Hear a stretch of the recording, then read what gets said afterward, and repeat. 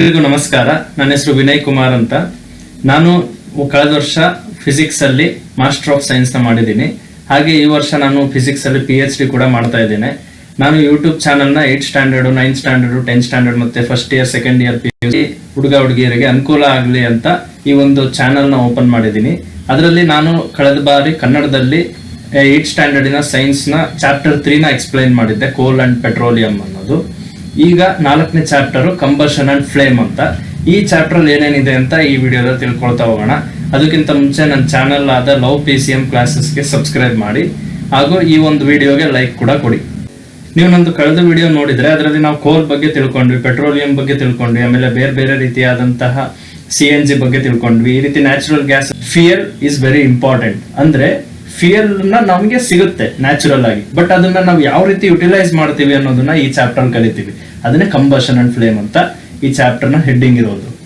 ನೀವು ನೋಡಿದಾಗೆ ಎಷ್ಟೋ ಒಂದು ಮೆಟೀರಿಯಲ್ಸ್ ಅದನ್ನ ಬರ್ನ್ ಮಾಡಿದಾಗ ಅದರಿಂದ ನಮಗೆ ಫೈರ್ ಬರುತ್ತೆ, ಅಂದ್ರೆ ಫ್ಲೇಮ್ ಬರುತ್ತೆ. ಕಂಬಸ್ಟ್ ಆದಾಗ ಕೆಲವೊಂದು ಪದಾರ್ಥಗಳು ಫ್ಲೇಮ್ ನ ಪ್ರೊಡ್ಯೂಸ್ ಮಾಡುತ್ತೆ, ಕೆಲವೊಂದು ಪದಾರ್ಥಗಳು ಫ್ಲೇಮ್ ನ ಪ್ರೊಡ್ಯೂಸ್ ಮಾಡದಲ್ಲೇ ಬರ್ನ್ ಆಗುತ್ತೆ. ಅಂದ್ರೆ ಈಗ ಉದಾಹರಣೆಗೆ ಕೋಲ್ ತಗೊಂಡ್ರೆ ಕೋಲು ಬರ್ನ್ ಆಗುತ್ತೆ, ಆದ್ರೆ ಇದು ಫ್ಲೇಮ್ ಕ್ರಿಯೇಟ್ ಮಾಡಲ್ಲ. ಅದೇ ನೀವು ಕ್ಯಾಂಡಲ್ ತಗೊಂಡ್ರೆ ಇದು ಫ್ಲೇಮ್ ನ ಕ್ರಿಯೇಟ್ ಮಾಡುತ್ತೆ. ಕ್ಯಾಂಡಲ್ ಫ್ಲೇಮ್ ನ ಕ್ರಿಯೇಟ್ ಮಾಡುತ್ತೆ, ಕೋಲ್ ಫ್ಲೇಮ್ ನ ಕ್ರಿಯೇಟ್ ಮಾಡೋದಿಲ್ಲ. ಅಂದ್ರೆ ಅದರ ಅರ್ಥ ಏನು, ಏನಕ್ಕೆ ಈ ರೀತಿ ಆಗುತ್ತೆ, ಇದೆಲ್ಲದನ್ನು ನಾವು ತಿಳ್ಕೊಳ್ತಾ ಹೋಗೋಣ. ನಾವು ಯಾವುದೇ ರೀತಿಯಾದ ಕೋಲು ಅಥವಾ ಚಾರ್ಕೋಲ್ ಇವೆರಡನ್ನು ಕೂಡ ಬರ್ನ್ ಮಾಡಿದಾಗ ನಮಗೆ ಅದರಿಂದ ಒಂದು ಎನರ್ಜಿ ಸಿಗುತ್ತೆ. ಹೇಗ್ ಸಿಗುತ್ತೆ? ಈ ಚಾರ್ಕೋಲು ಗಾಳಿಯಲ್ಲಿ, ಅಂದ್ರೆ ಈಗ ಉದಾಹರಣೆಗೆ ಇದು ಒಂದು ರೂಮ್ ಅಂತ ತಗೊಂಡ್ರೆ ಈ ರೂಮ್ ತುಂಬಾ ಗಾಳಿ ಇರುತ್ತೆ. ಈ ಗಾಳಿ ಒಳಗಡೆ ಒಂದು ಚಾರ್ಕೋಲ್ ಇದೆ ಅಂದ್ರೆ ಈ ಚಾರ್ಕೋಲಿಗೆ ನಾವು ಬೆಂಕಿ ಹಾಕಿದಾಗ ಅಥವಾ ಯಾವುದೇ ಒಂದು ಹೀಟ್ ಅನ್ನ ಚಾರ್ಕೋಲಿಗೆ ಕೊಟ್ಟಾಗ ಇದು ಬರ್ನ್ ಆಗಕ್ ಶುರು ಆಗುತ್ತೆ. ಬರ್ನ್ ಏನಾಗುತ್ತೆ, ಈ ಚಾರ್ಕೋಲ್ ಅಲ್ಲಿ ಕಾರ್ಬನ್ ಇರುತ್ತೆ. ಈ ಕಾರ್ಬನ್ ಆ ಅಟ್ಮಾಸ್ಫಿಯರ್ ಅಲ್ಲಿರೋ ಆಕ್ಸಿಜನ್ ಜೊತೆ ರಿಯಾಕ್ಟ್ ಆಗ್ಬಿಟ್ಟು ಅದರಲ್ಲಿ ಈ ಒಂದು ಕಾರ್ಬನ್ ಮತ್ತೆ ಆಕ್ಸಿಜನ್ ರಿಯಾಕ್ಟ್ ಆದಾಗ ಬರ್ತಕ್ಕಂಥ ಕಾರ್ಬನ್ ಡೈಆಕ್ಸೈಡ್ ಆ ರಿಯಾಕ್ಷನ್ ಆಗ್ಬೇಕಾದ್ರೆ ಆ ರಿಯಾಕ್ಷನ್ ಇಂದ ಬರುವಂತ ಎನರ್ಜಿನೇ ಹೀಟ್ ಫಾರ್ಮ್ ಆಗಿ ಲೈಟ್ ಫಾರ್ಮ್ ಆಗಿ ಬರುತ್ತೆ. ಚಾರ್ಕೋಲ್ ಅನ್ನ ಬರ್ನ್ ಮಾಡಿದಾಗ್ಲೂ ಅದೇ ಲೈಟ್ ಮತ್ತೆ ಹೀಟ್ ಬರುತ್ತೆ. ಫ್ಲೇಮ್ ಪ್ರೊಡ್ಯೂಸ್ ಆಗಲ್ಲ, ಬಟ್ ರೆಡ್ ಕಲರ್ ಕೆಂಡ ತರ ಉರಿತಾ ಇರುತ್ತೆ ಚಾರ್ಕೋಲ್. ಅಂದ್ರೆ ಅದರ ಅರ್ಥ ಅದರಲ್ಲಿ ಒಂದ್ ಸ್ವಲ್ಪ ಲೈಟ್ ಎನರ್ಜಿ ಮತ್ತೆ ಒಂದ್ ಸ್ವಲ್ಪ ಹೀಟ್ ಎನರ್ಜಿ ಆಗಿ ಈ ಒಂದು ಎರಡು ಆಟಮ್ಸ್ ಅಥವಾ ಎರಡು ಮಾಲಿಕ್ಯೂಲ್ಸ್ ಕಾರ್ಬನ್ ಮತ್ತೆ ಆಕ್ಸಿಜನ್ ಏನಿದೆಯಲ್ಲ ಅವೆರಡು ಕಂಬೈನ್ ಆದಾಗ ಒಂದು CO2 ಮಾಲಿಕ್ಯೂಲ್ ಆಗುತ್ತಲ್ಲ, ಆ ಕಾರ್ಬನ್ ಮತ್ತೆ ಆಕ್ಸಿಜನ್ ಏನಿದೆಯಲ್ಲ ಅವೆರಡು ಕಂಬೈನ್ ಆದಾಗ ಒಂದು CO2 ಮಾಲಿಕ್ಯೂಲ್ ಆಗುತ್ತಲ್ಲ, ಆ ಕಾಂಬಿನೇಷನ್ ಆಗೋ ಪ್ರೋಸೆಸ್ ಅಲ್ಲಿ ರಿಲೀಸ್ ಆಗ್ತಕ್ಕಂಥ ಎನರ್ಜಿನೇ ಹೀಟ್ ಎನರ್ಜಿ ಮತ್ತೆ ಲೈಟ್ ಎನರ್ಜಿ. ಬೇಸಿಕಲಿ ಕೋಲು ಹೊರಗಿರ್ತಕ್ಕಂಥ ಏರ್ ಅಲ್ಲಿ ಬರ್ನ್ ಆದಾಗ ಬರ್ತಕ್ಕಂಥ ಎನರ್ಜಿ ಏನಿದೆ ಅದನ್ನ ನಾವು ಯುಟಿಲೈಸ್ ಮಾಡ್ಕೋಬಹುದು. ಆ ಬರ್ನಿಂಗ್ ಪ್ರೋಸೆಸ್ ನ ನಾವು ಕಂಬಷನ್ ಅಂತ ಕರಿತೀವಿ. ಅಂದ್ರೆ ಯಾವುದೇ ಒಂದು ಮೆಟೀರಿಯಲ್ ಗಾಳಿಯಲ್ಲಿ ಅಥವಾ ಆಕ್ಸಿಜನ್ ನ ಬಳಸ್ಕೊಂಡು ಉರಿಯುತ್ತೆ, ಅದು ಕಂಬೈನ್ ಆಗುತ್ತೆ, ಅದರಿಂದ ನಮಗೆ ಎನರ್ಜಿ ಸಿಗುತ್ತಲ್ಲ, ಅದನ್ನ ಕಂಬಷನ್ ಅಂತ ಕರಿತೀವಿ. ಆಗ ಈ ಒಂದು ಚಾರ್ಕೋಲು ಫ್ಯೂಯಲ್ ಆಗಿ ವರ್ಕ್ ಆಗುತ್ತೆ. ಅಂದ್ರೆ ಈ ಚಾರ್ಕೋಲ್ ಅಲ್ಲಿರೋ ಕಾರ್ಬನ್ ಬರ್ನ್ ಆಗಿ ಆಗಿ ಆಗಿ ಆಕ್ಸಿಜನ್ ಜೊತೆ ನಮ್ಗೆ ಎನರ್ಜಿ ಸಿಗ್ತಾ ಹೋಗುತ್ತೆ, ಚಾರ್ಕೋಲ್ ಡಿಕ್ರೀಸ್ ಆಗ್ತಾ ಹೋಗುತ್ತೆ. ಅದೇ ರೀತಿ ನಾವು ಬೇರೆ ಒಂದು ಪದಾರ್ಥಗಳು ಅದೇ ರೀತಿ ಆಗ್ಬಹುದು. ಅಂದ್ರೆ ಮೆಗ್ನೀಷಿಯಂ ಕೂಡ ಆಕ್ಸಿಜನ್ ಅಲ್ಲಿ ಬರ್ನ್ ಆಗುತ್ತೆ, ಅದ್ರ ಜೊತೆಗೆ ಸಲ್ಫರ್ ಕೂಡ ಆಕ್ಸಿಜನ್ ಪ್ರೆಸೆನ್ಸ್ ಅಲ್ಲಿ ಬರ್ನ್ ಆಗುತ್ತೆ, ಫಾಸ್ಫರಸ್ ಕೂಡ ಆಕ್ಸಿಜನ್ ಪ್ರೆಸೆನ್ಸ್ ಅಲ್ಲಿ ಬರ್ನ್ ಆಗುತ್ತೆ. ಬೇರೆ ಬೇರೆ ಮೆಟೀರಿಯಲ್, ಯಾವುದೇ ಒಂದು ಮೆಟೀರಿಯಲ್ ತಗೊಳ್ಳಿ, ಪೇಪರ್ ತಗೊಳ್ಳಿ ಅಥವಾ ಕ್ಯಾಂಡಲ್ ತಗೊಳ್ಳಿ, ಯಾವುದೇ ಒಂದು ಆಕ್ಸಿಜನ್ ಇರ್ಬೇಕು ಸುತ್ತ. ಆ ಆಕ್ಸಿಜನ್ ಇದ್ದಾಗ ಆ ಒಂದು ಮೆಟೀರಿಯಲ್ ಜೊತೆ ಅದು ಬರ್ನ್ ಆಗುತ್ತೆ. ಅಂದ್ರೆ ಆ ಮೆಟೀರಿಯಲ್ ಆಕ್ಸಿಜನ್ ನ ಬಳಸ್ಕೊಂಡು ತನ್ನನ್ನು ಸುಟ್ಕೊಳ್ಳುತ್ತೆ. ಅಂದ್ರೆ ಆವಾಗ ಎನರ್ಜಿನ ರಿಲೀಸ್ ಮಾಡ್ತಾ ಹೋಗುತ್ತೆ. ಹಾಗಾಗಿ ಅದು ತನ್ನನ್ನು ಸುಟ್ಕೊಂಡು ಎನರ್ಜಿನ ರಿಲೀಸ್ ಮಾಡೋದ್ರಿಂದ ಅದು ಫ್ಯೂಯಲ್ ಆಗುತ್ತೆ. ಆ ಫ್ಯೂಯಲ್ ಬರ್ತಾ ಬರ್ತಾ ಖಾಲಿ ಆಗುತ್ತೆ, ನಮಗೆ ಎನರ್ಜಿ ಸಿಗ್ತಾ ಹೋಗುತ್ತೆ. ನಾವು ತಿಂತಕ್ಕಂಥ ಆಹಾರನು ಕೂಡ ನಮಗೆ ಫ್ಯೂಯಲ್ ಅಂತ ನಮಗೆ ಎಲ್ಲೋ ಒಂದ್ ಕಡೆ ಹೇಳಿರೋದು ನೆನಪು. ಅಂದ್ರೆ ಅದರ ಅರ್ಥ ಏನಾಗುತ್ತೆ ಅಂದ್ರೆ ನಾವು ತಿಂದಂತ ಆಹಾರ ದೇಹದೊಳಗೆ ಆಕ್ಸಿಜನ್ ಜೊತೆ ರಿಯಾಕ್ಟ್ ಆಗ್ಬಿಟ್ಟು ಎನರ್ಜಿ ಮತ್ತೆ ಹೀಟ್ ಆಗಿ ಕನ್ವರ್ಟ್ ಆಗುತ್ತೆ. ಹಾಗಾಗಿ ನಮ್ಮ ದೇಹದಲ್ಲಿ ಎನರ್ಜಿ ಇರುತ್ತೆ, ಅದ್ರ ಜೊತೆ ಹೀಟ್ ಕೂಡ ನಮ್ಮ ದೇಹದಲ್ಲಿ ಪ್ರೊಡ್ಯೂಸ್ ಆಗ್ತಾ ಇರುತ್ತೆ. ಯಾಕೆಂದ್ರೆ ಫುಡ್ ನಾವು ಯಾವಾಗ್ಲೂ ತಗೊಳ್ತಾ ಇರ್ತೀವಿ, ಆ ಫುಡ್ ಕನ್ಸ್ಯೂಮ್ ಆಗ್ತಾ ಇರುತ್ತೆ ನಮ್ಮ ಒಂದು ದೇಹದೊಳಗೆ. ಈಗ ಒಂದಷ್ಟು ಮೆಟೀರಿಯಲ್ಗಳನ್ನ ಇಲ್ಲಿ ಬರಿತೀನಿ, ನೋಡ್ತಾ ಹೋಗಿ. ಇದರಲ್ಲಿ ನೀವು ನೋಡ್ಬೋದು ವುಡ್ ಏನಿದೆಯಲ್ಲ, ಆ ವುಡ್ ನೀವು ಸುಟ್ಟಾಗ ಅದರಲ್ಲಿ ಬೆಂಕಿನೂ ಬರುತ್ತೆ, ಅಂದ್ರೆ ಫ್ಲೇಮ್ ಬರುತ್ತೆ, ಅದ್ರ ಜೊತೆಗೆ ಹೀಟ್ ಕೂಡ ಜನರೇಟ್ ಆಗುತ್ತೆ. ಅದೇ ನೀವು ಪೇಪರ್ ಸುಟ್ಟಾಗ್ಲೂ ಕೂಡ ಬೆಂಕಿನೂ ಬರುತ್ತೆ, ಅಂದ್ರೆ ಫ್ಲೇಮ್ ಕೂಡ ಬರುತ್ತೆ, ಅದ್ರ ಜೊತೆಗೆ ನಮಗೆ ಎನರ್ಜಿ ಕೂಡ ಹೀಟ್ ಎನರ್ಜಿ ಕೂಡ ಸಿಗುತ್ತೆ. ಐರನ್ ನೇಲ್ಸ್ ಅನ್ನ ಸುಟ್ಟಾಗ ಕೇವಲ ಐರನ್ ನೇಲ್ಸ್ ಒಂದ್ ಸ್ವಲ್ಪ ಹೀಟ್ ಆಗ್ಬೋದೇ ಹೊರತು ಅಲ್ಲಿ ಫ್ಲೇಮ್ ಪ್ರೊಡ್ಯೂಸ್ ಆಗೋದಿಲ್ಲ. ಯಾಕೆ ಫ್ಲೇಮ್ ಪ್ರೊಡ್ಯೂಸ್ ಆಗೋದಿಲ್ಲ ಅಂದ್ರೆ ನಾವು ಕೊಡ್ತಕ್ಕಂತಹ ಬಿಸಿ, ನಾವು ಕೊಡ್ತಕ್ಕಂತಹ ಹೀಟ್ ಅಷ್ಟು ಅದಕ್ಕೆ ಸಾಕಾಗೋದಿಲ್ಲ. ಇದಕ್ಕೆ ಸಿಕ್ಕಾಬಟ್ಟೆ ಹೆಚ್ಚಿಗೆ ಟೆಂಪರೇಚರ್ ಬೇಕು, ಅಂದ್ರೆ ಸಿಕ್ಕಾಬಟ್ಟೆ 1000 ಡಿಗ್ರಿ ಸೆಲ್ಸಿಯಸ್ ವರೆಗೂ ಹೋಗ್ಬೇಕಾಗುತ್ತೆ ಟೆಂಪರೇಚರ್ ಕಬ್ಬಣ ಮೆಲ್ಟ್ ಆಗ್ಬೇಕು ಅಂದ್ರೆ. ಫ್ಲೇಮ್ ಕೊಡೋದಿಲ್ಲ, ಹಾಗಾಗಿ ಇದು ಫ್ಲೇಮ್ ಅನ್ನ ಕೊಡೋದಿಲ್ಲ. ಸ್ಟೋನ್ ಕೂಡ ನೀವು ಬಹಳಷ್ಟು ಹೀಟ್ ಮಾಡಿದ್ರು ಕೂಡ ಫ್ಲೇಮ್ ಬರೋದಿಲ್ಲ, ಹೀಟ್ ಆಗ್ಬೋದು ಅಷ್ಟೇ. ಚಾರ್ಕೋಲು ಹೀಟ್ ಕೂಡ ಆಗುತ್ತೆ, ಅದ್ರ ಜೊತೆಗೆ ಫ್ಲೇಮ್ ಕೂಡ ಬರುತ್ತೆ, ಅಂದ್ರೆ ಬೆಂಕಿ ಕೂಡ ಬರುತ್ತೆ. ಗ್ಲಾಸು ಕೂಡ ಹೀಟ್ ಆಗುತ್ತೆ, ಬಟ್ ಆದ್ರೆ ಅದು ಯಾವುದೇ ಕಾರಣಕ್ಕೂ ಫ್ಲೇಮ್ ಕೊಡೋದಿಲ್ಲ. ಅಂದ್ರೆ ಈ ಒಂದು ಆಕ್ಟಿವಿಟಿ ಮಾಡೋದ್ರಿಂದ ನಮ್ಗೆ ಏನ್ ಗೊತ್ತಾಗುತ್ತೆ ಅಂದ್ರೆ ಯಾವುದು ಫ್ಲೇಮ್ ಕೊಡುತ್ತೆ ಅನ್ನೋದು. ಯಾವ್ಯಾವ್ದು ಕೊಡುತ್ತೆ? ವುಡ್ ಫ್ಲೇಮ್ ಕೊಡುತ್ತೆ, ಪೇಪರ್ ಫ್ಲೇಮ್ ಕೊಡುತ್ತೆ, ಐರನ್ ನೇಲ್ಸ್ ಫ್ಲೇಮ್ ಕೊಡಲ್ಲ, ಸ್ಟೋನ್ ಫ್ಲೇಮ್ ಕೊಡಲ್ಲ, ಚಾರ್ಕೋಲ್ ಫ್ಲೇಮ್ ಕೊಡುತ್ತೆ, ಗ್ಲಾಸ್ ಫ್ಲೇಮ್ ಕೊಡಲ್ಲ. ಕೊಟ್ಟಂತ ಉದಾಹರಣೆಗಳ ಜೊತೆಗೆ ನೀವು ನಿಮ್ ಸುತ್ತಮುತ್ತ ಇರೋ ಕೆಲವು ವಸ್ತುಗಳನ್ನ ನೋಡ್ಬಿಟ್ಟು ಅದರಲ್ಲಿ ನೋಡ್ಬೋದು ಯಾವ್ಯಾವ್ದು ಫ್ಲೇಮ್ ಕೊಡುತ್ತೆ ಹೀಟ್ ಎನರ್ಜಿ ಜೊತೆಗೆ, ಯಾವ್ದು ಫ್ಲೇಮ್ ಕೊಡಲ್ಲ ಹೀಟ್ ಎನರ್ಜಿ ಜೊತೆಗೆ ಅಂತ. ಸೊ ಫ್ಲೇಮ್ ಕೊಡದಿರೋ ಒಂದಷ್ಟು ಸಬ್ಸ್ಟೆನ್ಸ್ ಇದಾವೆ, ಫ್ಲೇಮ್ ಕೊಡೋ ಅಂತ ಕೆಲವು ಸಬ್ಸ್ಟೆನ್ಸ್ ಇದಾವೆ. ಸೊ ಇದು ಈ ಒಂದು ಎಕ್ಸಾಂಪಲ್ಸ್ ಇಂದ ನಿಮಗೆ ಗೊತ್ತಾಯ್ತು. ನೀವು ಬೇರೆ ಬೇರೆ ನಿಮ್ಮ ಓನ್ ಎಕ್ಸಾಂಪಲ್ಸ್ ನೀವು ಕಂಡುಹಿಡ್ಕೋಬಹುದು. ನಾವು ಇಷ್ಟ ತನಕ ಕಲ್ತಂತ ವಿಷಯಗಳನ್ನ ಅರ್ಥ ಮಾಡ್ಕೊಳ್ಳೋದಕ್ಕೆ ಒಂದು ಸಣ್ಣದೊಂದು ಎಕ್ಸಾಂಪಲ್ ಇದೆ, ಒಂದು ಆಕ್ಟಿವಿಟಿ ಇದೆ. ನೀವು ಮನೆಯಲ್ಲಿ ಒಂದು ಕ್ಯಾಂಡಲ್ ನ ಹಚ್ಚಿಡಿ ಈ ತರ, ಅದ್ರ ಮೇಲೆ ಒಂದು ಲೋಟನ ದಬಾಕಿ. ನೀವು ಅದ್ರ ಮೇಲೆ ಲೋಟ ದಬಾಕಿ ಆ ಕ್ಯಾಂಡ್ಲಿಗೆ ಎಲ್ಲೂ ಗಾಳಿ ಹೋಗದಿರೋ ತರ ಮಾಡಿದ್ರೆ ಆ ಕ್ಯಾಂಡಲ್ ಆರೋಗುತ್ತೆ. ಮುಂಚೆ ಉರಿತಾ ಇದ್ದಂತ ಕ್ಯಾಂಡಲ್ ಆ ಒಂದು ಆಕ್ಸಿಜನ್ ಆಬ್ಸೆನ್ಸ್ ಆದ ತಕ್ಷಣ, ಅಂದ್ರೆ ಸುತ್ತ ಗಾಳಿ ಅಲ್ಲೆಲ್ಲೂ ಒಳಗೆ ಹೋಗದೆ ಇರೋವಾಗ ಏನಾಗುತ್ತೆ, ಕೆಟ್ಟೋಗುತ್ತೆ. ಈ ಒಂದು ಆಕ್ಟಿವಿಟಿನ ನೀವು ಮಾಡಿ ನೋಡ್ಬೋದು. ಏನು ಕೆಟ್ಟೋಗುತ್ತೆ ಅಂದ್ರೆ ಇದ್ರಲ್ಲಿರುವಂತಹ ಕಾರ್ಬನ್ ಅಥವಾ ಯಾವುದೇ ಒಂದು ಸಬ್ಸ್ಟೆನ್ಸ್ ಏನಿದೆಯಲ್ಲ ಅದು ಆಕ್ಸಿಜನ್ ಜೊತೆ ರಿಯಾಕ್ಟ್ ಆದಾಗ ಬರ್ತಕ್ಕಂತ ರಿಯಾಕ್ಷನ್ ಆಗುತ್ತಲ್ಲ, ಕೆಮಿಕಲ್ ರಿಯಾಕ್ಷನ್, ಅದರಿಂದ ರಿಲೀಸ್ ಆಗ್ತಕ್ಕಂಥ ಎನರ್ಜಿನೇ ಹೀಟ್ ಎನರ್ಜಿ ಮತ್ತೆ ಫ್ಲೇಮ್ ಎನರ್ಜಿ. ಸೊ ಹಾಗಾಗಿ ಇಲ್ಲೆಲ್ಲ ಏರ್ ಜೊತೆಗೆ ಇದು ರಿಯಾಕ್ಟ್ ಆಗಿ ಫ್ಯೂಯಲ್, ಇದು ಕ್ಯಾಂಡಲ್ ಇಸ್ ಫ್ಯೂಯಲ್. ಆ ಫ್ಯೂಯಲ್ ಏರ್ ಮಾಲಿಕ್ಯೂಲ್ಸ್ ಜೊತೆ ರಿಯಾಕ್ಟ್ ಆಗಿ ನಮಗೆ ಎನರ್ಜಿ ಕೊಡ್ತಾ ಹೋಗುತ್ತೆ, ಲೈಟ್ ಎನರ್ಜಿ ಮತ್ತೆ ಹೀಟ್ ಎನರ್ಜಿ. ಬಟ್ ಇದನ್ನ ನೀವು ಕ್ಯಾಂಡಲ್ ನ ಒಂದು ಬಾಕ್ಸ್ ಒಳಗೆ ಅಥವಾ ಒಂದು ಕಪ್ ಒಳಗೆ ಹಾಕಿ ಅಲ್ಲೆಲ್ಲೂ ಗಾಳಿ ಆಡದಿರೋ ತರ ಬಿಟ್ರೆ ಆ ಒಂದು ರಿಯಾಕ್ಷನ್ ಆಗೋದಕ್ಕೆ ನಾವು ಅವಕಾಶ ಕೊಡ್ತಾ ಇಲ್ಲ. ಆವಾಗ ನಮಗೆ ಹೀಟ್ ಎನರ್ಜಿ, ಲೈಟ್ ಎನರ್ಜಿ ಸಿಗೋದು ನಿಲ್ಲುತ್ತೆ, ಅಂದ್ರೆ ಅದರ ಅರ್ಥ ಕ್ಯಾಂಡಲ್ ಆರೋಗುತ್ತೆ. ಈ ಒಂದು ಸಿಂಪಲ್ ಆಕ್ಟಿವಿಟಿ ಮೂಲಕ ನೀವು ಯಾವ ರೀತಿ ಆಕ್ಸಿಜನ್ ಈಸ್ ವೆರಿ ಇಂಪಾರ್ಟೆಂಟ್ ಅನ್ನೋದನ್ನ ತಿಳ್ಕೊಬಹುದು. ಯಾವುದೇ ಒಂದು ಮೆಟೀರಿಯಲ್ ಬರ್ನ್ ಆಗ್ಬೇಕು, ನಮಗೆ ಎನರ್ಜಿ ಸಿಗಬೇಕು ಅಂದ್ರೆ. ನೀವು ದಿನ ಸೂರ್ಯನ ನೋಡ್ತಾನೆ ಇರ್ತೀರಾ, ಸೂರ್ಯ ಅಷ್ಟೊಂದು ಹೀಟ್ ಎನರ್ಜಿನ ಇಟ್ಕೊಂಡು ಯಾವ ರೀತಿ ಬರ್ನ್ ಆಗ್ತಾ ಇರುತ್ತೆ ಅಂತ ನೀವೆಲ್ಲ ಯೋಚನೆ ಮಾಡಿರ್ಬೋದು. ಯಾಕೆಂದ್ರೆ ಅಲ್ಲಿಂದಲೂ ನಮಗೆ ಹೀಟ್ ಎನರ್ಜಿ ಮತ್ತೆ ಲೈಟ್ ಎನರ್ಜಿ ಸಿಗ್ತಾ ಇದೆ. ಅದರಲ್ಲಿ 2 ನ್ಯೂಕ್ಲಿಯಸ್ ಅಂದ್ರೆ 2 ಹೈಡ್ರೋಜನ್ ಆಟಮ್ ಅಲ್ಲಿ ಇರುವಂತಹ ನ್ಯೂಕ್ಲಿಯಸ್ ಕಂಬೈನ್ ಆಗ್ಬಿಟ್ಟು ಆ ನ್ಯೂಕ್ಲಿಯಸ್ 2 ಕಂಬೈನ್ ಆಗೋ ಟೈಮ್ ಅಲ್ಲಿ ರಿಲೀಸ್ ಆಗ್ತಕ್ಕಂತ ಎನರ್ಜಿ ಏನಿದೆ, ಆ ನ್ಯೂಕ್ಲಿಯರ್ ರಿಯಾಕ್ಷನ್ ಇಂದ ಫ್ಯೂಷನ್ ಆಗುತ್ತಲ್ಲ 2 ನ್ಯೂಕ್ಲಿಯಸ್, ಅದರಿಂದ ಬರ್ತಕ್ಕಂತ ಎನರ್ಜಿನೇ ಹೀಟ್ ಎನರ್ಜಿ ಮತ್ತೆ ಲೈಟ್ ಎನರ್ಜಿ. ಈ ಸೂರ್ಯನೊಳಗಡೆ ಎಷ್ಟೊಂದು ಹೈಡ್ರೋಜನ್ ಆಟಮ್ಸ್ ಇದೆ, ಆ ಹೈಡ್ರೋಜನ್ ಆಟಮ್ಸ್ ಅವೆರಡು ಕೂಡ ಕಂಬೈನ್ ಆಗಿ ಹೀಲಿಯಂ ಆಗಿ ಜನರೇಟ್ ಆಗ್ತಾ ಇದೆ. ಈ ಪ್ರೋಸೆಸ್ ಅಲ್ಲಿ ನಮಗೆ ಬೆಳಕು ಸಿಗ್ತಾ ಇದೆ, ಹೀಟ್ ಎನರ್ಜಿ ಸಿಗ್ತಾ ಇದೆ. ಈ ಎಲ್ಲಾ ವಿಷಯಗಳ ಬಗ್ಗೆ ನೀವು ಹೈಯರ್ ಕ್ಲಾಸಸ್ ಅಲ್ಲೂ ಕಲಿಬಹುದು. ನೀವು ಇನ್ನೂ ಒಂದು ಉದಾಹರಣೆನ ನೋಡಿರ್ಬೋದು ಅಥವಾ ಕೇಳಿರ್ಬೋದು. ಈಗ ಯಾವುದೇ ಒಬ್ಬ ಮನುಷ್ಯನಿಗೆ ಬೆಂಕಿ ಹತ್ಕೊಂಡಾಗ ತಕ್ಷಣ ಏನ್ ಮಾಡ್ತಾರೆ ಅಂದ್ರೆ ಅವನನ್ನ ಒಂದು ರಗ್ಗು ಅಥವಾ ಯಾವ್ದಾರ ಒಂದು ಕಂಬಳಿ ಒದಿಸ್ಬಿಟ್ಟು ಅವನನ್ನ ಮಲಗಿಸ್ತಾರೆ. ಯಾಕೆ ಕಂಬಳಿ ಒದಿಸ್ತಾರೆ ಅಂದ್ರೆ ಅವನ ದೇಹ ಸುಡ್ತಾ ಇರ್ಬೇಕಾದ್ರೆ ಆ ಒಂದು ಸುತ್ತ ಇರೋ ಆಕ್ಸಿಜನ್ ಮಾಲಿಕ್ಯೂಲ್ಸ್ ಇಂದ ದೇಹ ಫ್ಯೂಯಲ್ ಆಗಿ ಆಕ್ಟ್ ಮಾಡಿ ಜಾಸ್ತಿ ರಿಯಾಕ್ಷನ್ ಆಗಿ ಇನ್ನೂ ಬೆಂಕಿ ಜಾಸ್ತಿ ಆಗುತ್ತೆ. ಅದನ್ನ ನನ್ಸೋದಕ್ಕೋಸ್ಕರ ಆಕ್ಸಿಜನ್ ಸಿಗಬಾರ್ದು. ಹಾಗಾಗಿ ಆ ಒಂದು ಕಂಬಳಿ ಮೂಲಕ ಆ ಮನುಷ್ಯನ ಸುತ್ತದಾಗ ಏನಾಗುತ್ತೆ, ಆ ಮನುಷ್ಯನ ದೇಹಕ್ಕೆ ಆಕ್ಸಿಜನ್ ಸಿಗೋದು ಕಡಿಮೆ ಆಗುತ್ತೆ. ಆವಾಗ ಅವನಿಗೆ ಹತ್ತಿರೋ ಬೆಂಕಿ ಆರುತ್ತೆ ಅನ್ನೋ ಕಾರಣದಿಂದ ಅವನಿಗೆ ಕಂಬಳಿನ ಒದಿಸಲಾಗುತ್ತೆ.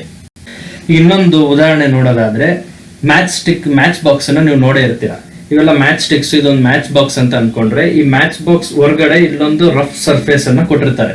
ಈ ಒಂದು ಮ್ಯಾಚ್ ಸ್ಟಿಕ್ ನ ತಗೊಂಡು ಈ ರಫ್ ಸರ್ಫೇಸ್ ಮೇಲೆ ಗೀಜಿದ್ರೆ ಆ ಒಂದು ಫ್ರಿಕ್ಷನ್ ಇಂದ ಪ್ರೊಡ್ಯೂಸ್ ಆಗ್ತಕ್ಕಂತ ಹೀಟು ಈ ಮ್ಯಾಚ್ ಸ್ಟಿಕ್ ಒಳಗೆ ಮೇಲಿರುವಂತಹ ಈ ಒಂದು ಭಾಗನ ಕೆಲವು ಕೆಮಿಕಲ್ಸ್ ಅನ್ನ ಹಾಕ್ಬಿಟ್ಟು ಮಾಡಿರ್ತಾರೆ. ಆ ಕೆಮಿಕಲ್ಸ್ ಬೇಗ ಒಂದು ಫೈರ್ ಅನ್ನ ಕ್ಯಾಚ್ ಮಾಡುವಂತ ಕೆಪಾಸಿಟಿ ಇರ್ತಕ್ಕಂಥದ್ದು.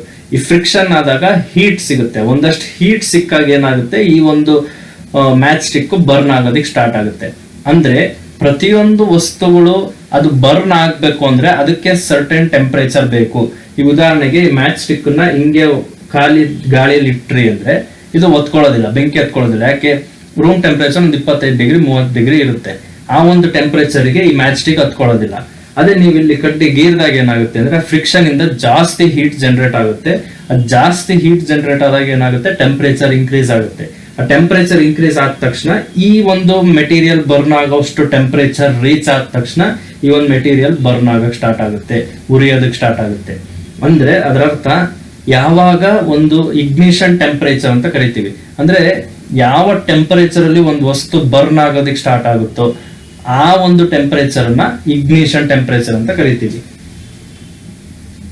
ಅಂದ್ರೆ ಅದರ ಅರ್ಥ ಯಾವುದೇ ಒಂದು ವಸ್ತು ಆಗಿರ್ಲಿ, ಈಗ ಉದಾಹರಣೆಗೆ ಮ್ಯಾಚ್ ಸ್ಟಿಕ್ ಬಿಡಿ, ಈಗ ಉದಾಹರಣೆಗೆ ಒಂದು ಕೆರೋಸಿನ್ ತಗೊಂಡ್ರೆ, ಸೀಮೆಣ್ಣೆ ತಗೊಂಡ್ರೆ, ಅಥವಾ ಯಾವುದೇ ಒಂದು ಪೇಪರ್ ತಗೊಂಡ್ರೆ, ಆಮೇಲೆ ಒಂದು ಮರ ತಗೊಂಡ್ರೆ ಯಾವ್ದು ಬೇಗ ಫೈರ್ ಕ್ಯಾಚ್ ಆಗುತ್ತೆ? ಕೆರೋಸಿನ್ ಬೇಗ ಫೈರ್ ಕ್ಯಾಚ್ ಆಗುತ್ತೆ. ಅದಾದ್ಮೇಲೆ ಪೇಪರ್, ಇನ್ನು ಕೆರೋಸಿನ್ ಆದ್ಮೇಲೆ ಅದಕ್ಕೆ ಇನ್ನೊಂದ್ ಸ್ವಲ್ಪ ಜಾಸ್ತಿ ಹೀಟ್ ಸಿಕ್ಕಾಗ ಅದು ಫೈರ್ ಕ್ಯಾಚ್ ಮಾಡುತ್ತೆ.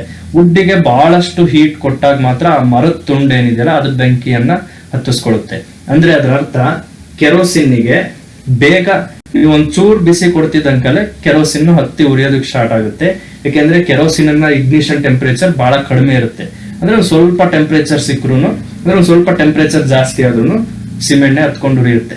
ಪೇಪರ್ಗೆ ಇನ್ನೊಂದ್ ಸ್ವಲ್ಪ ಟೆಂಪರೇಚರ್ ಜಾಸ್ತಿ ಆದ್ರೆ ಪೇಪರ್ ಹತ್ಕೊಳ್ಳುತ್ತೆ. ಅದೇ ರೀತಿಯಾಗಿ ನಾವೊಂದ್ ಮರದ ತುಂಡು ತಗೊಂಡ್ರೆ, ಮರದ ದಿಮ್ಮೆ ತಗೊಂಡ್ರೆ, ಆ ಮರದ ದಿಮ್ಮೆ ಹತ್ತೋದಿಕ್ಕೆ ಬಹಳ ಟೈಮ್ ತಗೊಳುತ್ತೆ. ಅಂದ್ರೆ ಯಾಕೆ ಅಂದ್ರೆ ಇದರಲ್ಲಿ ಎಷ್ಟೊಂದು ಎಲಿಮೆಂಟ್ಸ್ ಇರುತ್ತೆ. ಆ ಕಾರಣಕ್ಕೆ ಇದು ಬರ್ನ್ ಆಗೋದಕ್ಕೆ ಬಹಳ ಟೆಂಪರೇಚರ್ ಬೇಕು. ಅಂದ್ರೆ ಇದಕ್ಕೆ ಇಗ್ನಿಷನ್ ಟೆಂಪರೇಚರ್ ಬಹಳ ಬೇಕು, ಒಂದ್ ಸ್ವಲ್ಪ ಕಡಿಮೆ ಬೇಕು, ಇದಕ್ಕೆ ಇನ್ನೊಂದ್ ಸ್ವಲ್ಪ ಜಾಸ್ತಿ ಬೇಕು. ಪೇಪರ್ಗೆ, ಕೆರೋಸಿನ್ಗೆ ಸ್ವಲ್ಪ ಟೆಂಪರೇಚರ್ ಸಿಕ್ಕರು ಅದು ಹತ್ಕೊಂಡು ಉರಿಯಕ್ಕೆ ಸ್ಟಾರ್ಟ್ ಆಗುತ್ತೆ. ಒಂದ್ ಸ್ವಲ್ಪ ನಾವು ಆಗ್ಲೇ ಮ್ಯಾಚ್ ಸ್ಟಿಕ್ ಬಗ್ಗೆ ಓದಿದ್ವಲ್ಲ, ಅದ್ರ ಹಿಸ್ಟ್ರಿ ತಿಳ್ಕೊಳೋದಾದ್ರೆ ಮ್ಯಾಚ್ ಸ್ಟಿಕ್ ಬಹಳ ವರ್ಷಗಳ ಹಿಂದೆ, ಅಂದ್ರೆ ಸುಮಾರು 200 ವರ್ಷಗಳಿಗಿಂತಲೂ ಹೆಚ್ಚಿಗೆ ಹಿಂದಿನ ಕಾಲದಲ್ಲಿ ಏನಾಗಿತ್ತು ಅಂದ್ರೆ ವೈಟ್ ಫಾಸ್ಫರಸ್ ನ ಈ ಮ್ಯಾಚ್ ಸ್ಟಿಕ್ ಅಲ್ಲಿ ಬಳಸ್ತಾ ಇದ್ರು. ವೈಟ್ ಫಾಸ್ಫರಸ್ ನ ಬಳಸಿದಾಗ ಏನಾಗ್ತಾ ಇತ್ತು, ಈ ಫಾಸ್ಫರಸ್ ಗೆ ಕಡಿಮೆ ಇಗ್ನಿಷನ್ ಟೆಂಪರೇಚರ್ ಆದ್ರೆ ಸಾಕು, ಸ್ವಲ್ಪ ಫ್ರಿಕ್ಷನ್ ಅಲ್ಲಿ ಸ್ವಲ್ಪ ಸಿಕ್ತಕ್ಕಂತ ಹೀಟಿಗೆನೆ ಆ ಮ್ಯಾಚ್ ಸ್ಟಿಕ್ ಹತ್ಕೊಳ್ಳೋದಕ್ಕೆ ಸ್ಟಾರ್ಟ್ ಆಗುತ್ತೆ. ಬಟ್ ಆದ್ರೆ ಈ ವೈಟ್ ಫಾಸ್ಫರಸ್ ಬರ್ತಾ ಬರ್ತಾ ಬರ್ತಾ ಅಲ್ಲಿ ವರ್ಕ್ ಮಾಡ್ತಾರೆ, ಫ್ಯಾಕ್ಟ್ರಿ ವರ್ಕ್ ಮಾಡ್ತಾರೋ ವರ್ಕರ್ಸ್ಗೆ ಬಹಳ ಡೇಂಜರಸ್ ಅನ್ನೋದು ಗೊತ್ತಾಗ್ತಾ ಹೋಯ್ತು. ಆವಾಗ ವೈಟ್ ಫಾಸ್ಫರಸ್ ನ ಯೂಸ್ ಮಾಡಬಾರ್ದು ಅಂತ ನಿರ್ಧಾರ ಮಾಡಿ ಏನ್ ಮಾಡಿದ್ರು ಅಂದ್ರೆ ನೆಕ್ಸ್ಟ್ ಆಂಟಿಮನಿ ಟ್ರೈಸಲ್ಫೇಟ್ ಮತ್ತೆ ಪೊಟ್ಯಾಷಿಯಂ ಕ್ಲೋರೇಟ್ ಅನ್ನೋ ಕೆಮಿಕಲ್ ನ ಬಳಸೋದಿಕ್ ಸ್ಟಾರ್ಟ್ ಮಾಡಿದ್ರು. ಸೊ ಆಂಟಿಮನಿ ಟ್ರೈಸಲ್ಫೈಡ್ ಮತ್ತೆ ಪೊಟ್ಯಾಷಿಯಂ ಕ್ಲೋರೇಟ್ ಇವೆರಡು ಕೆಮಿಕಲ್ ನ ಈ ಒಂದು ಮ್ಯಾಚ್ ಸ್ಟಿಕ್ ಅಲ್ಲಿ ಇತ್ತೀಚೆಗೆ ಬಳಸೋದಿಕ್ಕೆ ಪ್ರಾರಂಭ ಮಾಡಿದ್ದಾರೆ. ಅಂದ್ರೆ ಸುಮಾರು ವರ್ಷಗಳಿಂದ ಅದು ಅಷ್ಟು ಹಾನಿಕರ ಅಲ್ಲ, ಅಂದ್ರೆ ಮನುಷ್ಯನ ಆರೋಗ್ಯಕ್ಕೆ, ವರ್ಕ್ ಮಾಡೋ ಫ್ಯಾಕ್ಟ್ರಿ ವರ್ಕರ್ಸ್ಗೆ, ಅವ್ರಿಗೆಲ್ಲರಿಗೂ ಅಷ್ಟು ಹಾರ್ಮ್ಫುಲ್ ಆಗ್ಬಾರ್ದು ಅನ್ನೋದಕ್ಕೆ ಈ ಒಂದು ಲೆಸ್ ಹಾರ್ಮ್, ಅಂದ್ರೆ ವೈಟ್ ಫಾಸ್ಫರಸ್ ಗಿಂತ ಒಂದ್ ಸ್ವಲ್ಪ ಕಡಿಮೆ ಹಾರ್ಮ್ ಆಗ್ತಕ್ಕಂತಹ ಎರಡು ಕೆಮಿಕಲ್ಸ್ ನ ಈಗ ಮ್ಯಾಚ್ ಸ್ಟಿಕ್ ಅಲ್ಲಿ ಬಳಸ್ತಾ ಇದಾರೆ. ಅದ್ರಲ್ಲಿ ಒಂದ್ ಸ್ವಲ್ಪ ರೆಡ್ ಫಾಸ್ಫರಸ್ ಕೂಡ ಹಾಕಿರ್ತಾರೆ. ರೆಡ್ ಫಾಸ್ಫರಸ್ ವೈಟ್ ಫಾಸ್ಫರಸ್ ಗಿಂತ ಕಡಿಮೆ ಹಾರ್ಮ್ಫುಲ್, ಹಾಗಾಗಿ ಅದನ್ನ ಬಳಸ್ತಾ ಇದಾರೆ. ಈ ಎಲ್ಲಾ ಕೆಮಿಕಲ್ ಇರೋದ್ರಿಂದ ಇದಕ್ಕೆ ಇಗ್ನಿಷನ್ ಟೆಂಪರೇಚರ್ ಬಹಳ ಕಡಿಮೆ ಬೇಕು. ಅಂದ್ರೆ ಒಂದ್ ಸ್ವಲ್ಪ ನೀವು ಗೀರಿದ್ರೆ ಒಂದು ಫ್ರಿಕ್ಷನ್ ಜನರೇಟ್ ಆಗ್ತಕ್ಕಂಥ ಹೀಟು ಆ ಒಂದು ಮ್ಯಾಚ್ ಸ್ಟಿಕ್ ಉರಿಯೋದಕ್ಕೆ ಸ್ಟಾರ್ಟ್ ಆಗುತ್ತೆ. ಇನ್ನೊಂದು ಸಣ್ಣ ಆಕ್ಟಿವಿಟಿ ಮಾಡೋದಾದ್ರೆ ಒಂದು ಪೇಪರ್ ಕಪ್ ಅನ್ನ ತಗೊಳ್ಳಿ. ಉದಾಹರಣೆಗೆ ಇಲ್ಲೊಂದು ಕ್ಯಾಂಡಲ್ ಉರಿತಾ ಇದೆ ಅಂತ ಇಟ್ಕೊಂಡ್ರೆ, ಇದ್ರ ಮೇಲೆ ಒಂದು ಪೇಪರ್ ಕಪ್ ಇಟ್ಕೊಂಡ್ರೆ ಅದು ಬೇಗ ಬೆಂಕಿಯನ್ನ ಹತ್ತಿಸ್ಕೊಳ್ಳುತ್ತೆ, ಅದು ಉರಿದೋಗುತ್ತೆ. ಅದೇ ಒಂದು ಪೇಪರ್ ಕಪ್ ಒಳಗೆ ನೀವು ಒಂದ್ ಸ್ವಲ್ಪ ಪ್ರಮಾಣದಲ್ಲಿ ನೀರ್ ಹಾಕಿದ್ರೆ ಆಗ ಪೇಪರ್ ಕಪ್ ಜಲ್ದಿ ಹತ್ಕೊಳ್ಳೋದಿಲ್ಲ. ಯಾಕೆಂದ್ರೆ ಈ ನೀರು ತಣ್ಣಗಿರೋದ್ರಿಂದ ಈ ಒಂದು ನೀವು ಸಪ್ಲೈ ಮಾಡೋ ಹೀಟ್ ಪೇಪರ್ ಕಪ್ ಮೂಲಕ ಆ ಹೀಟು ನೀರಿಗೆ ಟ್ರಾನ್ಸ್ಫರ್ ಆಗಕ್ ಶುರು ಆಗುತ್ತೆ. ಅಂದ್ರೆ ಆ ನೀರು ಬಿಸಿ ಆಗೋದಕ್ಕೆ ಶುರು ಆಗುತ್ತೆ, ಪೇಪರ್ ಕಪ್ ಅಲ್ಲಿರೋ ಹೀಟು ಕಡಿಮೆ ಆಗ್ತಾ ಹೋಗುತ್ತೆ. ಅಂದ್ರೆ ಹೀಟ್ ಪೇಪರ್ ಕಪ್ಪಿಗೆ ಕೊಡ್ತಾ ಇದ್ರೆ, ಬಟ್ ಅದು ಮತ್ತೆ ವಾಪಸ್ ಪೇಪರ್ ಕಪ್ ಇಂದ ಮತ್ತೆ ವಾಟರ್ ಹತ್ರ ಹೋಗ್ತಾ ಇದೆ. ಅಂದ್ರೆ ಅದರ ಅರ್ಥ ಪೇಪರಿನ ಹೀಟು ಲಾಸ್ ಆಗ್ತಾ ಇದೆ ವಾಟರ್ಗೆ ಸಪ್ಲೈ ಮಾಡ್ತಾ. ಹಾಗಾಗಿ ಏನಾಗುತ್ತೆ, ಆ ಪೇಪರ್ ಕಪ್ಪಿನ ಇಗ್ನಿಷನ್ ಟೆಂಪರೇಚರ್ ರೀಚ್ ಆಗೋದಕ್ಕೆ ಕಷ್ಟ ಆಗುತ್ತೆ. ಆವಾಗ ಇಗ್ನಿಷನ್ ಟೆಂಪರೇಚರ್ ಹೋಗುತ್ತೋ ಆವಾಗ ಈ ಪೇಪರ್ ಕೂಡ ಸುಡುತ್ತೆ. ಅದಕ್ಕಿಂತ ಮುಂಚೆ ನೀರಿಗೆ ಒಂದಷ್ಟು ಹೀಟ್ ಹೋಗಿರೋದ್ರಿಂದ ಆ ನೀರು ಕೂಡ ಒಂದ್ ಸ್ವಲ್ಪ ಬಿಸಿ ಆಗಿರುತ್ತೆ. ಇನ್ಫ್ಲೇಮಬಲ್ ಸಬ್ಸ್ಟೆನ್ಸಸ್ ಏನು ಅನ್ನೋದ್ರ ಬಗ್ಗೆ ತಿಳ್ಕೊಳ್ಳೋಣ. ಈ ಇನ್ಫ್ಲೇಮಬಲ್ ಸಬ್ಸ್ಟೆನ್ಸಸ್ ಏನಪ್ಪಾ ಅಂದ್ರೆ, ಯಾವ್ದೋ ಒಂದು ಸಬ್ಸ್ಟೆನ್ಸ್ ಇದು ಇಗ್ನಿಷನ್ ಟೆಂಪರೇಚರ್ ತುಂಬಾ ಕಡಿಮೆ ಇರುತ್ತೆ. ಅಂದ್ರೆ ಇಗ್ನಿಷನ್ ಟೆಂಪರೇಚರ್ ತುಂಬಾ ಕಡಿಮೆ ಇದೆ ಅಂದ್ರೆ ಸ್ವಲ್ಪ ಹೀಟ್ ಸಿಕ್ತಿದ್ದಂಗೆನೆ ಅದು ಹತ್ಕೊಂಡು ಹುರಿಯೋದಕ್ಕೆ ಸ್ಟಾರ್ಟ್ ಆಗುತ್ತೆ. ಅವನ್ನ ಇನ್ಫ್ಲೇಮಬಲ್ ಸಬ್ಸ್ಟೆನ್ಸಸ್ ಅಂತ ಕರಿತೀವಿ. ಅಂದ್ರೆ ಅದರ ಹತ್ರ ಬೇಗ ಬೆಂಕಿ ಹತ್ಕೊಳ್ಳುತ್ತೆ. ಅಂದ್ರೆ ಕಡಿಮೆ ಟೆಂಪರೇಚರಿಗೂ ಬೇಗ ಬೆಂಕಿ ಹತ್ಕೊಳ್ಳುತ್ತೆ. ಅಂದ್ರೆ ಯಾವ್ಯಾವ್ದು ಉದಾಹರಣೆ ಅಂದ್ರೆ ಕೆರೋಸಿನ್ ಬೇಗ ಬೆಂಕಿ ಹತ್ಕೊಳ್ಳುತ್ತೆ, ಪೆಟ್ರೋಲ್ ಬೇಗ ಬೆಂಕಿ ಹತ್ಕೊಳ್ಳುತ್ತೆ.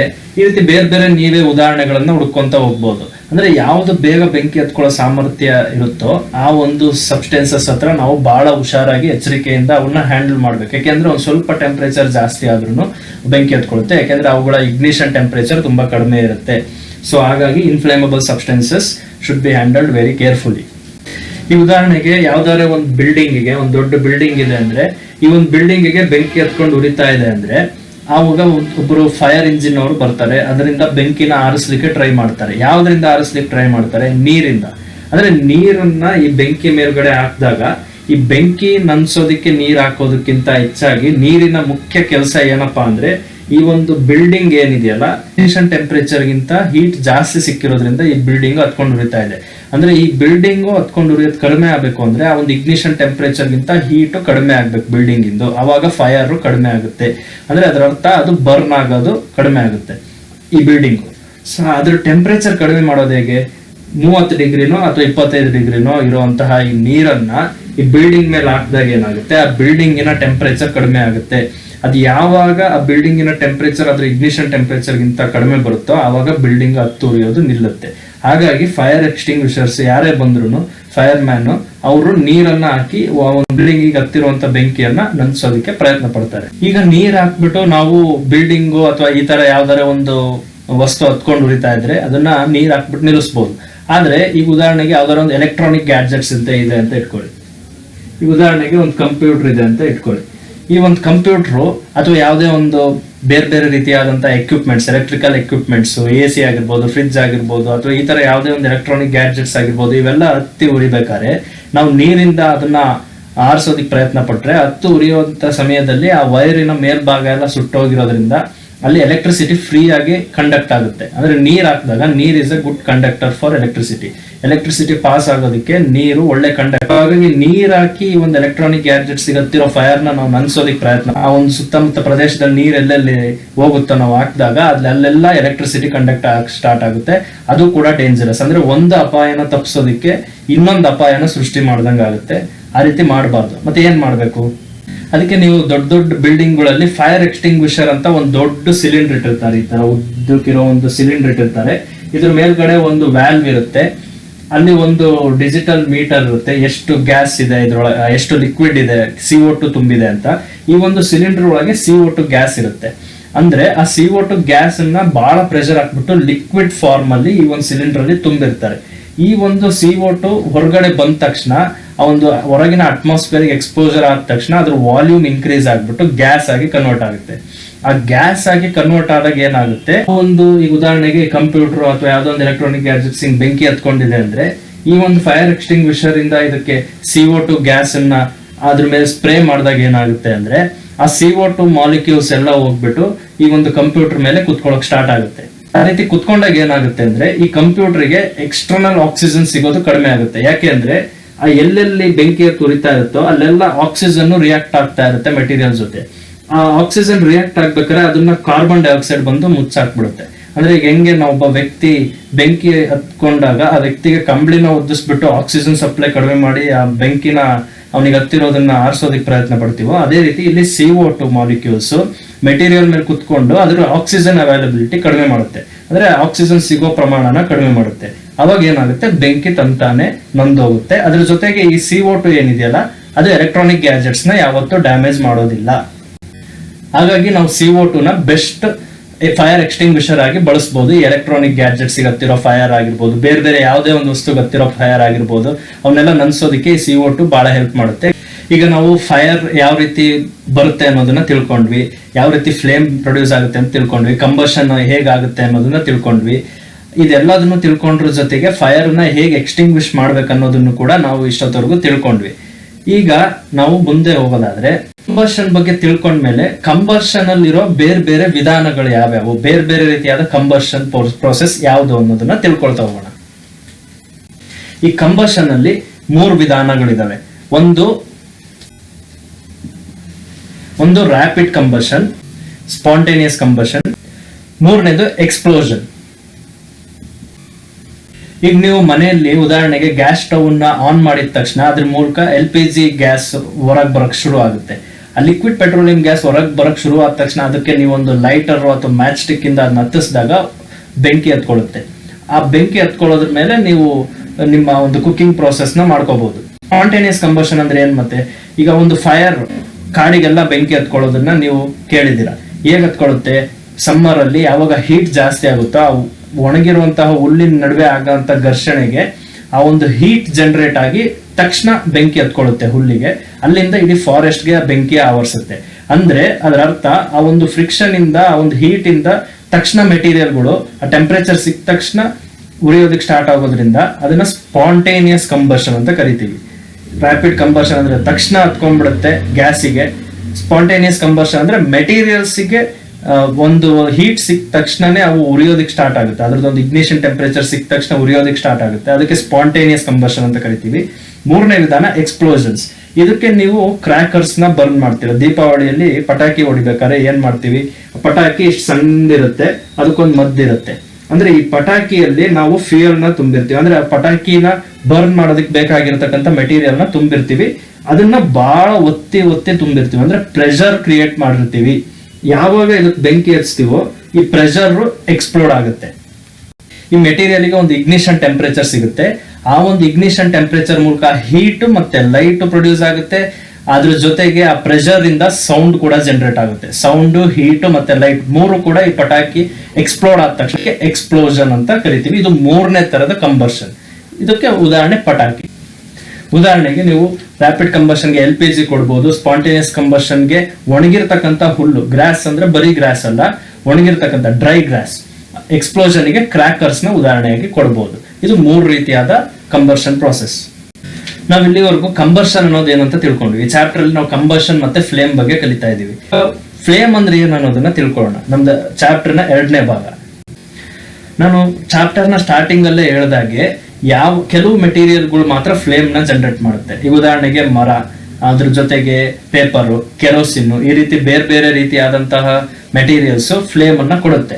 ಅದ್ರ ಜೊತೆಗೆ ಐರನ್ ನೇಲ್ಸ್, ಆಮೇಲೆ ಬೇರೆ ಬೇರೆ ರೀತಿಯ ಕಬ್ಬಿಣದ ತುಂಡುಗಳು ಅಥವಾ ಯಾವುದೇ ಒಂದು ಕಲ್ಲುಗಳು, ಇವೆಲ್ಲವೂ ಕೂಡ ನೀವು ಸುಟ್ರೆ ಅದರಿಂದ ಯಾವುದೇ ರೀತಿಯಾದ ಫ್ಲೇಮ್ ಬರೋದಿಲ್ಲ. ಅಂದ್ರೆ ಫ್ಲೇಮ್ ಏನಕ್ಕೆ ಬರುತ್ತೆ ಅಂದ್ರೆ ಯಾವಾಗ ಒಂದು ಇಗ್ನಿಷನ್ ಟೆಂಪರೇಚರ್ ಅನ್ನ ನಾವು ಒಂದು ಮೆಟೀರಿಯಲ್ ಕೊಡ್ತೀವೋ ಆ ಮೆಟೀರಿಯಲ್ ಹೀಟ್ ಎನರ್ಜಿ ಮತ್ತೆ ಲೈಟ್ ಎನರ್ಜಿನ ಕೊಡೋದಕ್ಕೆ ಸ್ಟಾರ್ಟ್ ಮಾಡುತ್ತೆ. ಆ ಕೊಡುವಂತ ಪ್ರಾಸೆಸ್ ಅಲ್ಲಿ ಆ ಒಂದು ಮೆಟೀರಿಯಲ್ ಒಂದಷ್ಟು ಫ್ಲೇಮ್ ಅನ್ನ ಎಮಿಟ್ ಮಾಡ್ತಾ ಇದೆ ಅಂದ್ರೆ ಅದರ ಅರ್ಥ ಆ ಮೆಟೀರಿಯಲ್ ಕರ್ಗೋಗ್ತಾ ಇದೆ, ಅಂದ್ರೆ ವೇಪರೈಸ್ ಆಗ್ತಾ ಹೋಗ್ತಾ ಇರುತ್ತೆ. ಸೊ ಆ ವೇಪರೈಸ್ ಆಗುವಂತ ಒಂದು ಸಂದರ್ಭದಲ್ಲಿ ಬರ್ತಕ್ಕಂತಹ ಲೈಟ್ ಎನರ್ಜಿನೇ ಫ್ಲೇಮ್. ಉದಾಹರಣೆಗೆ LPG ಕೂಡ ಅಷ್ಟೇ. ಅದು ಕೂಡ ಅದರದೇ ಆದಂತಹ ಒಂದು ಕೆಮಿಕಲ್ ಸಬ್ಸ್ಟೆನ್ಸ್ ಇರೋದ್ರಿಂದ ಅದರದ್ದು ಒಂದು ಫ್ಲೇಮ್ ಬ್ಲೂ ಕಲರ್ ಇರುತ್ತೆ. ಅದೇ ರೀತಿ ಈ ಒಂದು ಕ್ಯಾಂಡಲ್ ಇನ ಮೆಟೀರಿಯಲ್ ಸಬ್ಸ್ಟೆನ್ಸ್ ಬೇರೆ ಬೇರೆ ಇರೋದ್ರಿಂದ ಅದರದೊಂದು ಯೆಲ್ಲೋ ಕಲರ್ ಇರುತ್ತೆ. ಈ ರೀತಿ ಆ ಒಂದು ಮೆಟೀರಿಯಲ್ಸ್ ಯಾವ್ಯಾವ್ದನ್ನ ನಾವು ಬರ್ನ್ ಮಾಡ್ತಾ ಇದೀವಿ, ಆ ಒಂದು ಕೆಮಿಕಲ್ಸ್ ಏನೇನಿದೆ ಅದರಲ್ಲಿ ಯಾವ್ಯಾವ ರೀತಿಯ ರಾಸಾಯನಿಕ ವಸ್ತುಗಳಿದೆ ಅನ್ನೋದ್ರ ಮೇಲ್ಗಡೆ ಫ್ಲೇಮಿನ ಕಲರ್ ಏನಿರುತ್ತೆ ಅನ್ನೋದನ್ನ ನಾವು ಗೆಸ್ ಮಾಡಬಹುದು. ಒಂದು ಕ್ಯಾಂಡಲ್ ನ ನೀವು ಬರ್ನ್ ಮಾಡ್ತಾ ಇದ್ದೀರಾ ಅಂತ ಇಟ್ಕೊಳ್ಳಿ.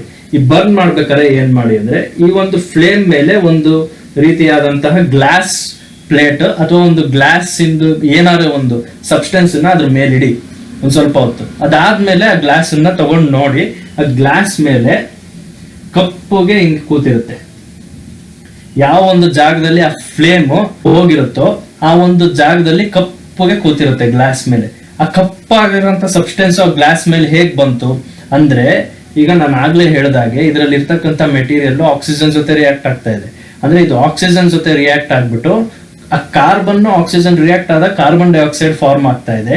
ನೀವು ಈ ಗ್ಲಾಸ್ ಅನ್ನ ಇದಕ್ಕೆ ಅಡ್ಡ ಇಟ್ಬಿಟ್ಟು ಏನ್ ಮಾಡಿದ್ರಿ, ಆ ಒಂದು ರಿಯಾಕ್ಷನ್ ಗೆ ಪಾರ್ಷಿಯಲ್ ಸ್ಟಾಪ್ ಮಾಡಿದ್ರಿ. ಅವಾಗ ಏನಾಯ್ತು, ಕೆಲವು ಕಾರ್ಬನ್ ಆಕ್ಸಿಜನ್ ಜೊತೆ ಬರ್ನ್ ಆಗದೆ CO2 ಪ್ರೊಡ್ಯೂಸ್ ಮಾಡದೆ ಹಾಗೆ ಇದ್ರ ಮೇಲೆ ಕೂರೋದಕ್ಕೆ ಸ್ಟಾರ್ಟ್ ಆಗುತ್ತೆ. ಆ ಒಂದು ಬ್ಲ್ಯಾಕ್ ಕಾರ್ಬನ್ನೇ ಈ ಕಪ್ಪುಗೆ ಈ ರೀತಿ ಕೂರೋದಕ್ಕೆ ಕಾರಣ. ಸೊ ಈ ಕಪ್ಪುಗೆ ಈ ಒಂದು ಗ್ಲಾಸ್ ಒಂದು ಸಬ್ಸ್ಟ್ರೇಟ್ ಮೇಲೆ ಕೂತಂತಹ ಈ ಒಂದು ಕಾರ್ಬನ್ನಿಗೆ ನಾವು ಅನ್ಬರ್ನ್ಡ್ ಕಾರ್ಬನ್ ಅಂತ ಕರಿತೀವಿ. ಕಾರ್ಬನ್ ಪೂರ್ತಿಯಾಗಿ ಬರ್ನ್ ಆಗಿದ್ರೆ ಅದು ವೇಪರೈಸ್ ಆಗಿ ಹೋಗ್ತಾ ಇತ್ತು, ಅಟ್ಮಾಸ್ಫಿಯರ್ ಅಲ್ಲಿ ಸೇರ್ಕೊಳ್ತಾ ಇತ್ತು, ಗ್ಯಾಸಿಯಸ್ ಫಾರ್ಮ್ ಅಲ್ಲಿ ವೇಪರೈಸ್ ಆಗಿ. ಬಟ್ ಇಲ್ಲಿ ಒಂದು ಫ್ಲೇಮಿಗೆ ನಾವು ಉರಿಯೋದಕ್ಕೆ ಒಂದು ಅಡ್ಡಿಪಡಿಸಿರೋದ್ರಿಂದ ಕೆಲವು ಕಾರ್ಬನ್ ಬರ್ನ್ ಆಗದೆ ಅಲ್ಲಿ ಗ್ಲಾಸ್ ಸಬ್ಸ್ಟ್ರೇಟ್ ಮೇಲೆ ಕೂತಿದ್ರಿಂದ ಅದನ್ನ ಅನ್ಬರ್ನ್ಡ್ ಕಾರ್ಬನ್ ಅಂತ ಕರಿತೀವಿ. ಒಂದು ಕಪ್ಪು ಒಂದು ಏನ್ ಕೂರುತ್ತಲ್ಲ ಅದು. ನಾವೊಂದು ಕ್ಯಾಂಡಲ್ ನ ಈ ರೀತಿ ಹಚ್ಚಿದಾಗ ಏನಾಗಿರುತ್ತೆ ಅಂದ್ರೆ ಅದರಲ್ಲಿ ಒಂದು ಈ ರೀತಿ ಫ್ಲೇಮ್ ನಮಗೆ ಜನರೇಟ್ ಆಗಿರುತ್ತೆ. ಕಂಪ್ಲೀಟ್ ಈ ಮಧ್ಯಭಾಗನ ನಾವು ಏನಂತ ಕರಿತೀವಿ, ಮಿಡಲ್ ಝೋನ್ ಅಂತ ಕರಿತೀವಿ. ಈ ಫ್ಲೇಮಿನ ಹೊರಭಾಗದಲ್ಲಿ ಏನಿದೆಯಲ್ಲ ಇದನ್ನ ನಾವು ಔಟರ್ ಝೋನ್ ಅಂತ ಕರಿತೀವಿ. ಅಂದ್ರೆ ಇದು ಮಿಡಲ್ ಝೋನ್, ಇದು ಔಟರ್ ಝೋನ್. ಇದರಲ್ಲಿ ನೀವು ಎಕ್ಸ್ಪೀರಿಯನ್ಸ್ ಮಾಡಿರ್ಬೋದು, ಕ್ಯಾಂಡಲಿನ ಈ ಬಾಟಮ್ ಪಾರ್ಟ್ ಅಲ್ಲಿ ಲೀಸ್ಟ್ ಹಾಟ್ ಇರುತ್ತೆ. ಅದೇ ಈ ಕ್ಯಾಂಡಲಿನ ಮಧ್ಯಭಾಗದಲ್ಲಿ ಮಾಡರೇಟ್ ಹಾಟ್ ಇರುತ್ತೆ. ಅದೇ ಈ ಒಂದು ತುದಿಯಲ್ಲಿ, ಕ್ಯಾಂಡಲಿನ ತುದಿಯಲ್ಲಿ ನೀವು ನೋಡೋದಾದ್ರೆ ಅಲ್ಲಿ ಮ್ಯಾಕ್ಸಿಮಮ್ ಹೀಟ್ ಇರುತ್ತೆ. ಅದೇ ರೀತಿ ಈ ಔಟರ್ ಝೋನ್ ಅಲ್ಲೂ ಕೂಡ, ಮಿಡಲ್ ಝೋನ್ ಗಿಂತ ಔಟರ್ ಝೋನ್ ಅಲ್ಲೂ ಕೂಡ ಮ್ಯಾಕ್ಸಿಮಮ್ ಹೀಟ್ ಇರುತ್ತೆ. ಅಂದ್ರೆ ಆ ಒಂದು ಕ್ಯಾಂಡಲಿನ ತುದಿ ಭಾಗದಲ್ಲಿ, ಆ ಒಂದು ಔಟರ್ ಝೋನ್ ಜಾಗದಲ್ಲಿ ಏನಿದೆಯಲ್ಲ ಅಲ್ಲಿ ಮ್ಯಾಕ್ಸಿಮಮ್ ಹೀಟ್ ನಮಗೆ ಸಿಗ್ತಾ ಹೋಗುತ್ತೆ.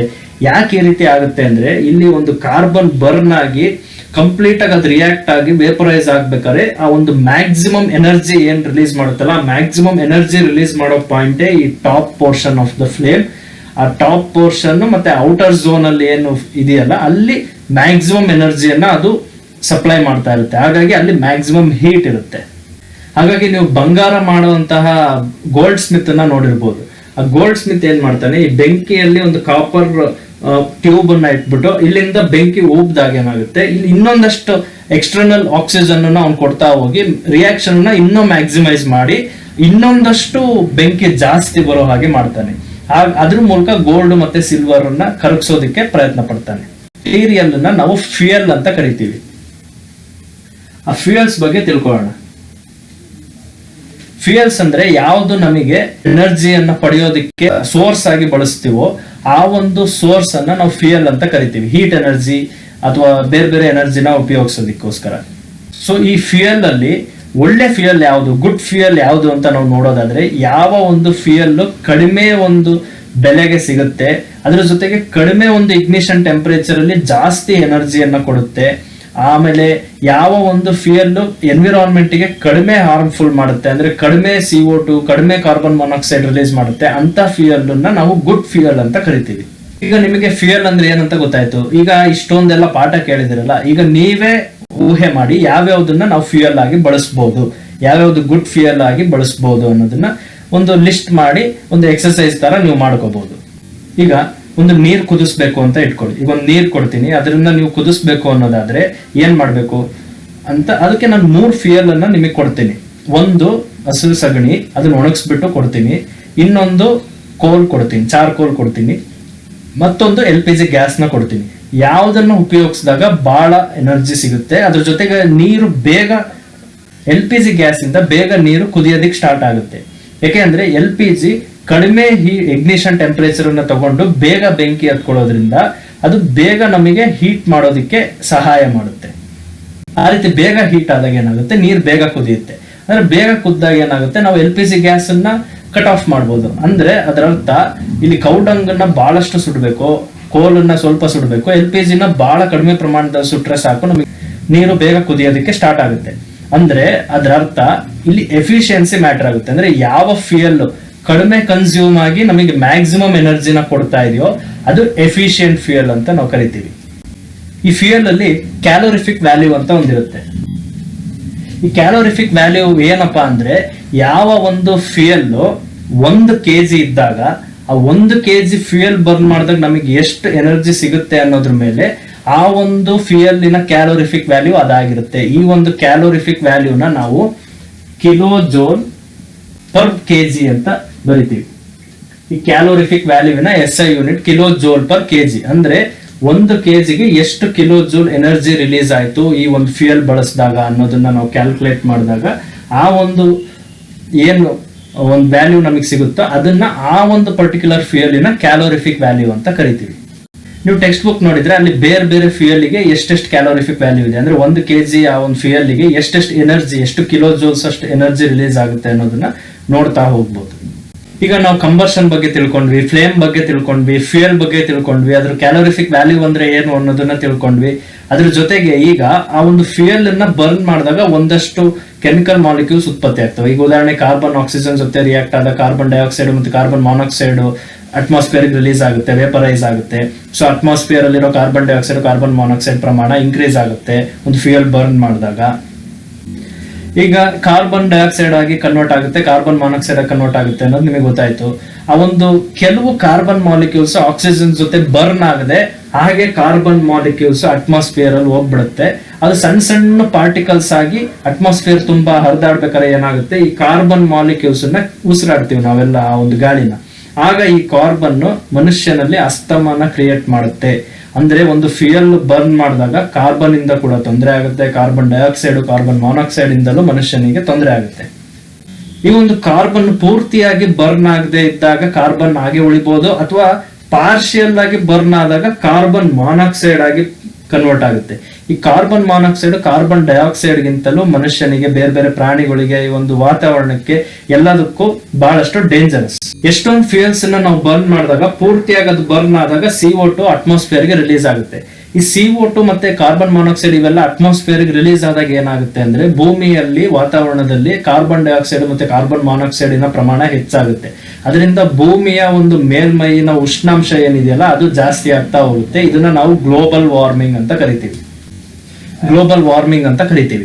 ಸೊ ಹಾಗಾಗಿ ಈ ಗ್ಲೋಬಲ್ ವಾರ್ಮಿಂಗ್ ನ ರೆಡ್ಯೂಸ್ ಮಾಡ್ಬೇಕಂದ್ರೆ ಏನ್ ಮಾಡ್ಬೇಕು, ಈ CO2 ಪ್ರಮಾಣನ ನಾವು ಅಟ್ಮಾಸ್ಫಿಯರ್ ಅಲ್ಲಿ ಕಡಿಮೆ ಮಾಡ್ಬೇಕು. ಅದಕ್ಕೆ ಕಡಿಮೆ ಮಾಡ್ಬೇಕಂದ್ರೆ ಏನ್ ಮಾಡ್ಬೇಕು, ಈ CO2 ಪ್ರೊಡ್ಯೂಸ್ ಮಾಡದೆ ನಾವು ಯಾವ್ದಾದ್ರು ಒಂದು ಎನರ್ಜಿ ರಿಸೋರ್ಸ್ ನ ಹುಡುಕ್ಬೋದಾ ಅನ್ನೋದನ್ನ ಯೋಚನೆ ಮಾಡ್ಬೇಕಾಗುತ್ತೆ. ಈಗ ಉದಾಹರಣೆಗೆ ಸೋಲಾರ್ ಸೆಲ್, ವಿಂಡ್ ಎನರ್ಜಿ, ಬೇರೆ ಬೇರೆ ರೀತಿಯಾದಂತಹ ಆಲ್ಟರ್ನೇಟ್ ಎನರ್ಜಿಸ್ ಯಾವ್ದನ್ನ ಬರ್ನ್ ಮಾಡದೆ ನ್ಯಾಚುರಲ್ ಆಗಿ ಸಿಗ್ತಕ್ಕಂತಹ ಸನ್ಲೈಟ್, ವಿಂಡ್ ಎನರ್ಜಿಯಿಂದ ನಾವು ಎಲೆಕ್ಟ್ರಿಸಿಟಿ ಜನರೇಟ್ ಮಾಡಿದಾಗ್ಲೂ ಕೂಡ ಬೇರೆ ಬೇರೆ ರೀತಿಯಾದಂತಹ ಎಲೆಕ್ಟ್ರಾನಿಕ್ ಗ್ಯಾಜೆಟ್ಸ್ ನ ಬಳಸಬಹುದು.